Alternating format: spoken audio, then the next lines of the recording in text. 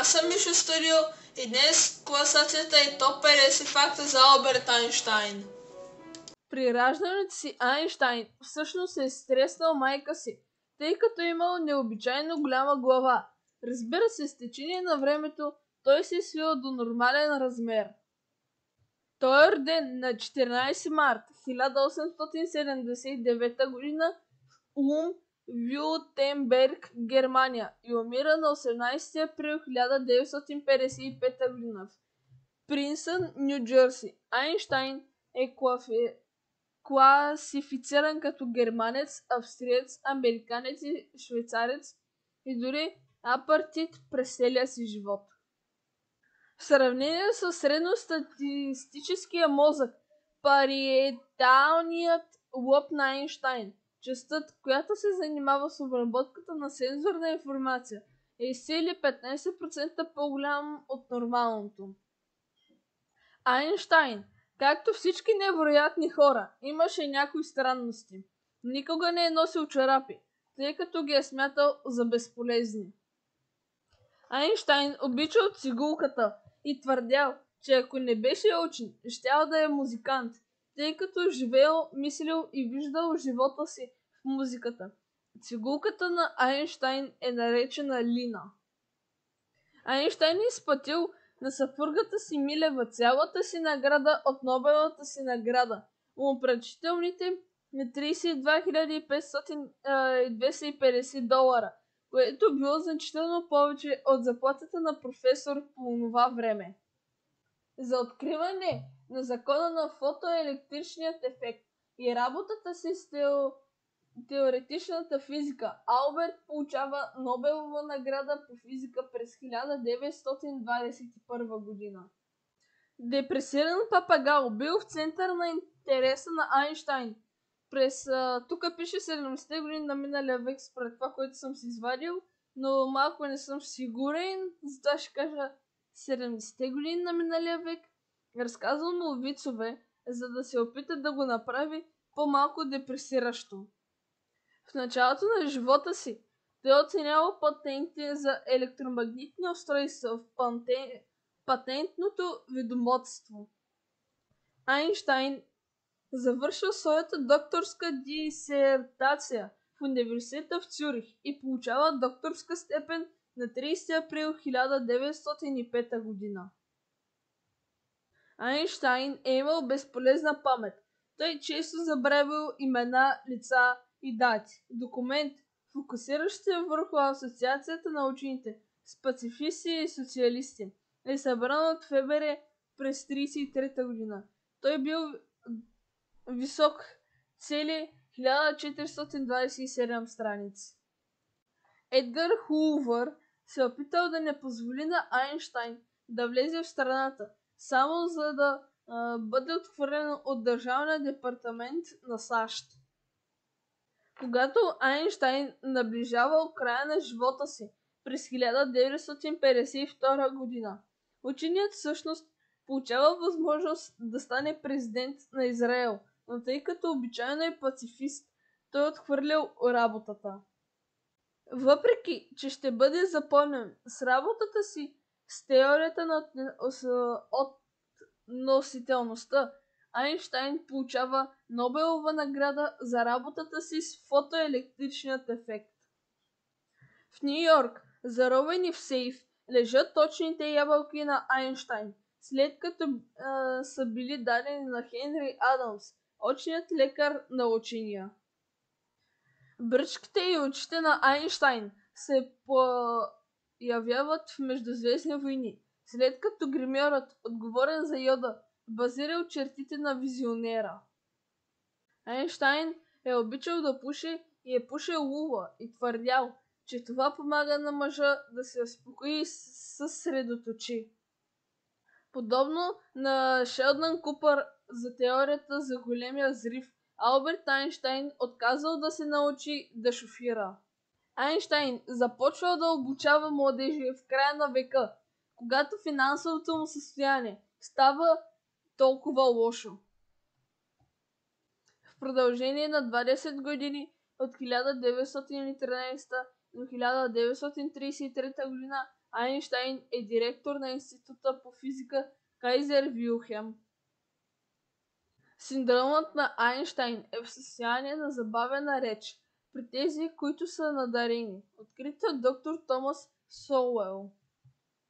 Колкото повече се задълбочавало търсенето на фундаментални физически теории, колкото повече популярност набирал, толкова по-руша ставала косата му. Попитан относно косата, която изглеждала сякаш е бръкнал в контакта, Айнщайн отговаря: това е резултатът на това, че не правя нищо с нея.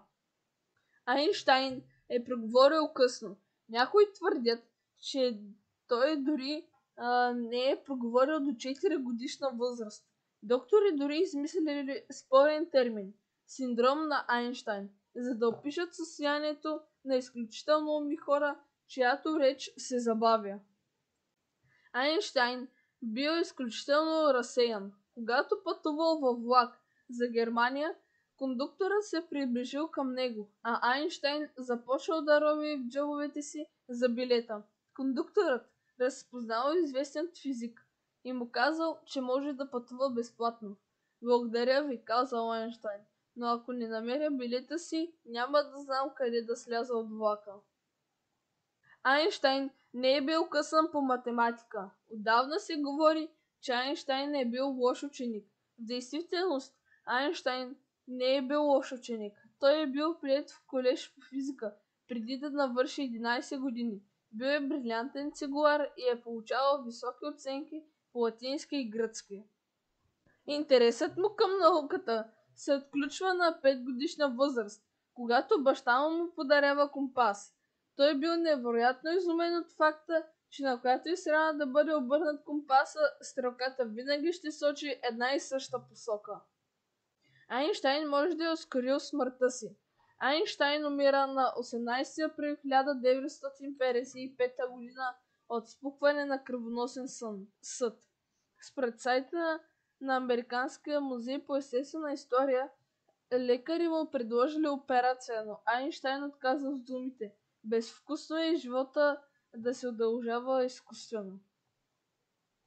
Айнщайн поиска мозъкът му да не се изследва след смъртта му, но мозъкът му откраднат няколко часа след смъртта му.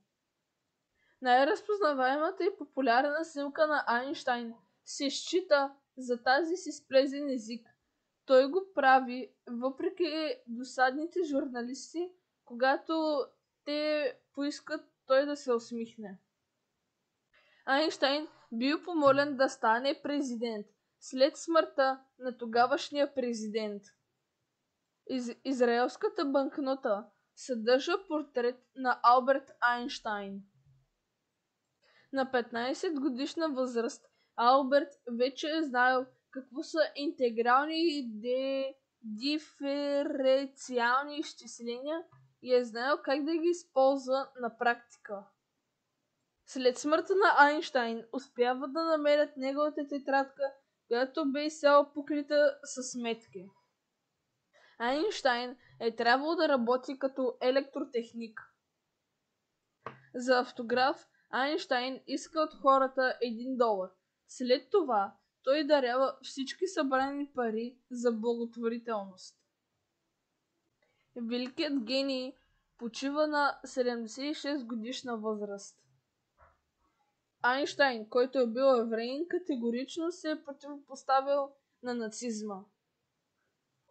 Алберт Айнщайн е бил евреин по националност. Последните думи на Айнщайн остават загадка. До него седи американка и той каза последните си думи на немски. Айнщайн е автор на повече от 300 статии по физика. Айнщайн започва да свири на цигулка на 6-годишна възраст. Алберт Айнщайн създава теорията за относителността в разгара на Първата световна война. Великолепното погребение след смъртта на великия гений не е било уредено. Последното произведение на Алберт Айнщайн е изгорено. Алберт е говорил 2 езика – английски и немски. Известното уравнение на Айнщайн е равно на m по c на втора показва връзката между масата и енергията. Тогавашният директор на ФБР Джей Едгар Хувър е подозирал, че Алберт е съветски шпионин. Най-големият син на Айнщайн, с името Ханс, е единственият, който продължава фамилията Айнщайн. Той пише първата си научна статия, когато е на 16 години. Първоначално Айнщайн напуска училище на 15 години и се проваля на някои изпити, но това се дължи на лошото владение на френски като младеж. Но той със сигурност обаче бил дете чудо и бил отличник по латински, геометрия, математика и фантастичен на цигулка. На 16 годишна възраст Айнщайн написва първата си научна статия, наречена изследване на състоянието на етера в магнитните полета. Един цитат от Айнщайн: "Онзи, който никога не е грешил, никога не е опитвал нещо ново." Това беше от мен. Чао и до нови срещи! И да не забравяйте да се абонирате за канала ми.